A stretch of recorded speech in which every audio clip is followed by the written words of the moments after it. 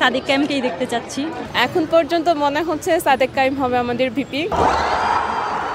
অন্যান্য দলের প্রার্থীদের পেছনে ফেলে রীতিমতো হাড্ডাহাড্ডি লড়াইয়ের পর অবশেষে বিশাল ব্যবধানে ভিপি পদে নির্বাচিত হয়েছেন আবু সাদিক কায়েম। এবারের ডাকসু নির্বাচনে রেকর্ড করা সাফল্য পেয়েছে ইসলামী ছাত্র শিবির।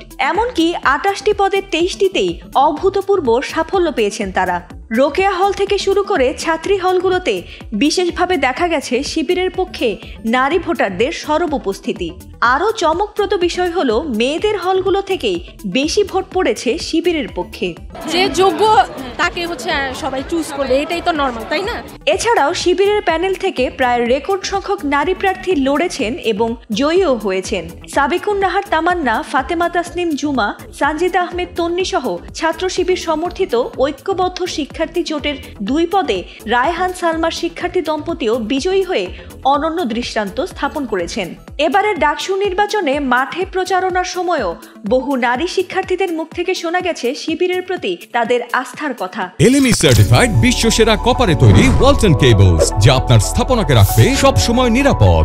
এছাড়াও শিবিরের প্রচারণার সময়ও বহু নারী শিক্ষার্থীদের দেখা গেছে উচ্ছল ও সরব উপস্থিতিতে।